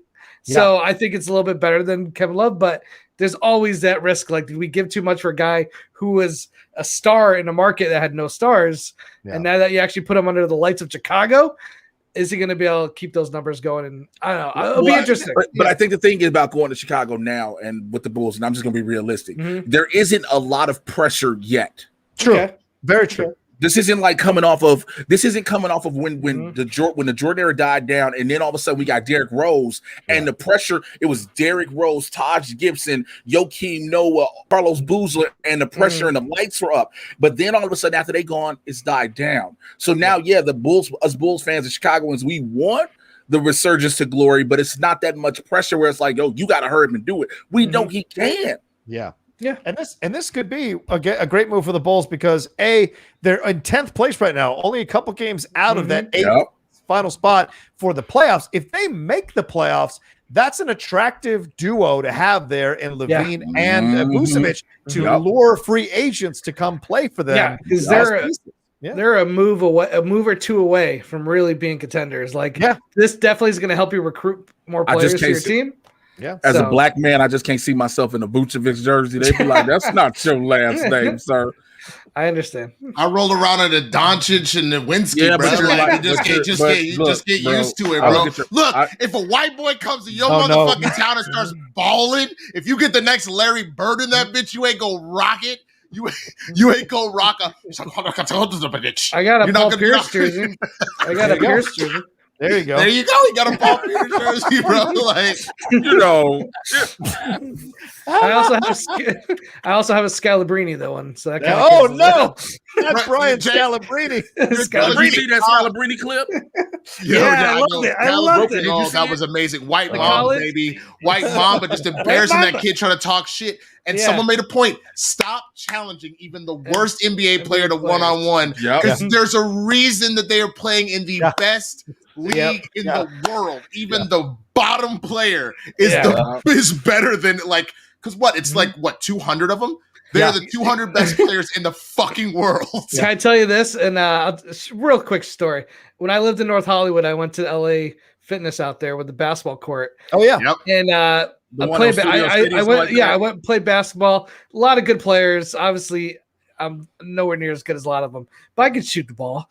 And then Terrell Owens showed up. Oh my god. Oh yeah. This guy- T.O. used to show up at the 24 all the time in NoHo. This guy made everyone in that gym look like a child. And he's not even a basketball player. He's a football player. He was dunking. It was like kids playing. He he's is one of the most elite athletes in the world. Exactly. Even at a retired age of like 40, he's still more athletic. Can you imagine than 90% what happened, of the man? world. It was the T.O. closest crossed to us seeing over the soldier serum I ever seen. T.O. crossed us over in a rose t-shirt. What you mean a rose t-shirt? He just had a t-shirt with a bunch of roses on and just crossed us over like he ain't have on hooping clothes. No, I'm just imagining him dressed like oh god, what the fuck is his name that was on Rock of Love? My brain just farted out on me. I don't know. Brett Michaels. Michaels. Dressed like Brett Michaels and shit with the fucking jacket and the cowboy hat and dribbling between his legs. That's what I'm saying. T.O. out here dressed like Brett Michaels. Talk about something what y'all won't do. What you want? Like He could be dressed like Fritz. Yeah, go. I just walked off the court mid game and went to my car and went home. 'Cause what am I doing out there? What was I doing? It wasn't even a game. He did a fucking SpongeBob. He said, "All right, I'm out." It's like I can't. What am I doing here? I'm just watching. All right, I'm gonna head out. Don't even say that to nobody. Just stick your fingers in the air. Just Terrell's defending you. He's like, I'm not going to jump. I promise. I won't just jump. grabbed Go my ahead, shoot. I won't jump. I watched for a little bit and then I left. Bro, T.O. crosses all 5 of your players in one play, and you're like, nope, I don't want to play. I don't want to play. Wasn't fair. Hey, look, you start looking at people on the side. Hey, man, you trying to get in this game? Hey, you trying to Hey, man, I think I pulled something. You want to take my spot? You want to go in? Are you want some of this? You want some of this? All right, we got some super Streamlabs that have come here. The I said, okay, Fillmore Pockets just sent in some. Thank you, Fillmore. Kenneth Daisy here for the blurs, but got to toss some change at the Outlaw, the list of evils as well. I missed you guys last week, threw off my whole week. Sorry, Kenneth. We appreciate you coming and hanging out with us. I had to get try to get a little vaccine. He's in the senior citizen category and couldn't get it, y'all. This is what's fucked up with America. This motherfucker's got 2 20-year-old kids. He's talking to me about I'm a senior citizen category. Boy, you better step on back. All right, hold on. Let's see where we're going to next. At least my seed works to have kids. All right, next one. Oh, I wore economy, a fool. All right, NCAA March Madness. All right, next story. Next story. NCAA March Madness. Let's wrap up there. Did you guys get a chance to watch any of these games over the weekend? It was a lot of fun. There was some great college basketball being played. The Alabama game was crazy. Yeah, Alabama. They hit the 3 to go to overtime, and UCLA still pulled it out in the end. UCLA and USC are in the Elite 8. Yeah, this city is going. I'm telling you, if one of those teams win this championship with everything LA's won, fucking championship. That's what the Lakers won, the Dodgers won, and now you might win the fucking dance. With the summer, with the vaccine now, this city gonna be bananas. Yeah, and I don't want it to happen because the vaccine will have done, bro. It's gonna be minimal close season, and everybody gonna be vaccinated. Oh my lord, God, one of these teams has to win, son. My local Walmart is already sold out of everything for UFC. Did any of you see the Earl Roberts game where they lost? Yeah, that was so close. That shot looked good, man. When he took that 3, first of all, it was a good shot. He got open. He had space. He had a nice clean look, and it was just off by a couple inches, man. But you had a guy down low. He could have easily passed it and got the 2-pointer at a better shot. So he just wanted to be the hero to win the game. I don't know. I mean, when you're that much of a underdog and you have a chance to win it, and he got a good shot. He had a really good look. I don't blame him for taking that whatsoever. Yeah, you're not wrong in that way. And tonight the games are Oregon State and Houston, Arkansas and Baylor going at it. A lot of people think Baylor is the only team left in the Elite Eight here who can take on Gonzaga, who is 29-0 right now. They absolutely decimated Creighton over the weekend, and the Wolverines crushed my Seminoles. Lord God Almighty, they crushed them. So, and UCLA, as you said, UCLA lost their last 3 games of the season. They lost the first game in the Pac-10 tournament, only made it, or Pac-12, only made it as an outside thing, played on the first 4 weekend as an 11th seed, and now here they are in the Elite Eight. And apparently, if you're looking at the stats, I read this on the Ringer, looking at the stats, an 11th seed has found their way into the Elite Eight at a higher percentage than normal. It's against the grain. It keeps happening every year. So either they're picking the right people to be involved in this shit, or somehow there's some kind of magic being sprinkled amongst these first. Yeah. What happens? To play. Yeah. What happens if USC eliminates Gonzaga? Oh, I mean, COVID, the new strain gets spread everywhere in LA. Is that how the universe? Like again, UCLA and Michigan. I mean, because normally you just hear about Michigan State. I get where Michigan is ranked at. I get it, but we normally talk Michigan State, right? But if USC takes out Gonzaga, this is how reality unwinds itself. And UCLA could take out Michigan. Would it be USC versus UCLA? The city would explode. Then it'd be like another gang war that they already have. I'm not commenting on that at all. Next thing you know, everybody got Lori Loughlin and hugged the kids. Talking about we wanted him to go. But it's crazy when you look at it because you've got 3 teams from the Pac-12. It's the first time that's happened in 20 years that they've got 3 teams in the Elite Eight, which is pretty incredible. But don't discount Baylor. Houston's been quietly destroying teams as well throughout the season. Arkansas, there are some interesting names in here. If you look at the history of the NCAA, I haven't seen Arkansas in quite some time making noise in the Elite Eight and possibly in the Final Four. Houston, that's a team like way back in the 80s that was doing things. The Phi Slamma Jamma with Clyde Drexler and Hakeem Olajuwon, and they occasionally bubble up, but they rarely get to that top spot anymore. So, and Oregon State is such an unknown quantity. I don't know what to make of Oregon State. I think they're the lowest ranked team. Yeah, ranked 12th to make it to the spot. So it's just interesting situations all around. You ready for the chant? Thank you, COVID. Thank you, COVID. Let's just be real. If COVID didn't happen and a lot of teams got disqualified, this would not look like this. That's a good point. Point. Yeah. I mean, I'm just glad we got one because last year it felt weird not having March Madness. Right. But it happened right before. I mean, it happened. But it was literally in the middle of the start of this. Yeah. I'll just say, watch these games. It's just great to see the emotional impact that these players have. Like, they wear their emotions on the sleeve during the game, before the game, and after the game. It's so different, such a different vibe than the NBA. And I think that's what just makes watching March Madness just a little different. You get to see how much they actually care. Because when that Oral Roberts guy missed that shot, he immediately, his whole team consoled him and he was just inconsolable. And it's like, man, these guys aren't playing for money. Obviously they should be. But just to see, them go through this with their teammates, and it's special. And I think I'm so glad that it's back, even if it is probably got some COVID side effects. I mean, listen, I'm a Fab Five guy. That's the team. That's the team that I loved watching the Fab Five. I was working hotels and I would sneak in to the hotel rooms and watch the games while I was quote unquote working the front desk. You have to check rooms, everyone, and watch their games when I could on Saturdays and Sundays. John, we just set you up to make sure that there were enough towels in the room for the next guest. Yeah. There's a whole leak out here. I'm fixing it myself. Whoa, yeah, exactly. That's what I would say. No, I got to stay in this room. I got to check this. Something feels wrong here. Yeah. And I would sit and watch them play. It was great. I tried so hard never to miss a game. Occasionally, I would still watch highlights highlights when I'm roaming around going to a YouTube wormhole. So it's so insane. They never won the title. Juwan Howard, who was one of the central people involved in that Fab Five, could be leading Michigan to the title. The irony that he finally gets a ring, but only as a coach, would be incredible for Michigan. And Michigan out of nowhere, Chris Webber comes out of nowhere. Oh, time out. Too soon. Documentary. Because I rewatch the 30 for 30 once a year. It's too soon. That man's whole life.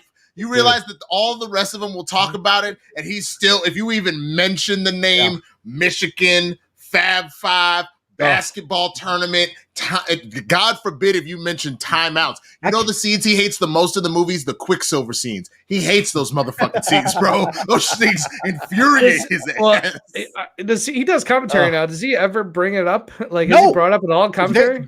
They've asked him about it, and he's touched on it, but I think it's very clear he doesn't want to talk about it. And, the whole thing with him and Jalen Rose is a real issue between them that they just can't seem to patch up, which is why you can't have these reunions. Yeah. What I love, though, is in that documentary, in that documentary, though, they do show like people on the sidelines ask for timeout. It's not his fault. Yeah, he said he heard it. Like, listen, I'm sorry, you should know that you don't have timeouts, but when you're stuck in a corner with the ball and someone yells timeout, at that point, it's instant. I give him more of a pass for that, both from his age at what age he was at the time and what was happening, than I do for J.R. Smith when he fucking got that rebound and started running away with the ball. It's like, nigga, what are you doing? Yeah, that's different. That's different.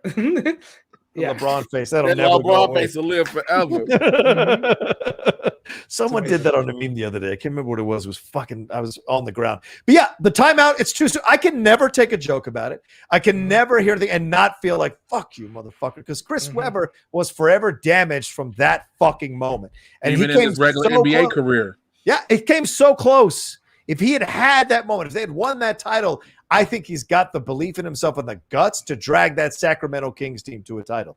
Absolutely. They blew it those 2 games against the Lakers. They blew it because Chris wouldn't step up and be the alpha dog for that fucking team. I love those King teams. I love those King teams back in the day, man. I thought you were going to say something fucked up. He couldn't step up and be man enough to call a timeout when they needed the extra second to catch their breath at the end of games. And I was like, Rocha, why are you doing this? I love Chris. Are you kidding? Chris is my favorite basketball player this side of Michael Jordan. Not gonna lie, I've never seen a body more physically built to play the game purely than Chris Webber. It's the greatest I've ever seen. I love watching him play, man. I have 2 jerseys. I have 2 Chris Webber jerseys. Wow. Anyway, all right. What else have we got going on? Anything to finally talk about? Oh, well, there's this little bit of news that dropped. Georgie Ding is going over to the Spurs, I guess, to kind of replace a little bit of the LaMarcus Aldridge production.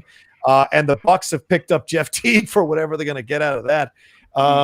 But there is also this news that dropped about the Cleveland Browns real quick, and I want to get you guys' thoughts as we wrap up here. And if you want to send any final super chats or Streamlabs, please feel free to do that now before we kind of wrap up here. But the ex-coach of the Cleveland Browns, Hugh Jackson, he was on an interview here with ESPN 850, and he talked about how he was kind of fucked over by the Browns. I saw this. Yeah, he said he was never told by owner Jimmy Haslam or then general manager Sashi Brown that the Browns were in a roster teardown, or else he said he wouldn't have accepted the job. By the way, he hasn't been able to get an NFL job since the Browns fired him. He was Cincinnati's offensive coordinator before being hired in Cleveland, where he went 0-16 in his second season and 3-36-1 over 2+ seasons. He said in the interview, there is no doubt I was lied to by ownership and the executive team. They were going to be football plus analytics, but they intentionally made it football versus analytics. They were going to take 2 years, and they were going to find a way to use as an experiment to make sure that they got the data that they needed for it to get better at the expense of whoever, and that's not right. That's not the way it should be. He said that Jimmy Haslam gave him a contract extension midway through a winless 2017, and that he was lied to from the start about these rebuilding plans. And he said they didn't want him to make it public. The team refused to make the extension public. They wanted it all hush hush. And he's writing a book about it now. And he just kind of wants to clear his name and say, how come nobody else is taking the blame for this? And he said, I've been the butt of jokes for years because of this situation, and I don't want to be the butt of jokes anymore. What do you guys think about this? Sounds like he can't get NFL jobs, so he's like, I'm probably not going to get another one. Yes, burn it. Let's just go ahead and get a book out there. I mean, listen, it sounds like he was done dirty, but his record kind of speaks for himself too. He wasn't a great coach, unfortunately, in his tenure there. So, this might be a little bit, complaining and pointing the finger, but I'll wait till we get the full story till that happens. What do you guys think, Jay, Winston? Burn it to the ground. Yeah, I mean he's not getting a job. If I'm not, because I know I'm not going to get it. I know I'm not getting another job. I'm not getting even a coordinator position, right? Or nothing. Burn it all down, because all that's going to happen now is Cleveland can come out and say the owner, now the current ownership and the owners and general and management can say what they're going to say. They can admit or deny it, but then they're going to be like, "We went to the playoffs. We went to the playoffs." That's because that's how you just brush it off real quick. Yeah, we went to the playoffs. He's what? Yeah, go ahead, Winston. I mean, what doesn't help his case is that we're now a year removed from him. Is that correct? Yeah, and they were a Chad Henne away from being in the AFC championship. Good point.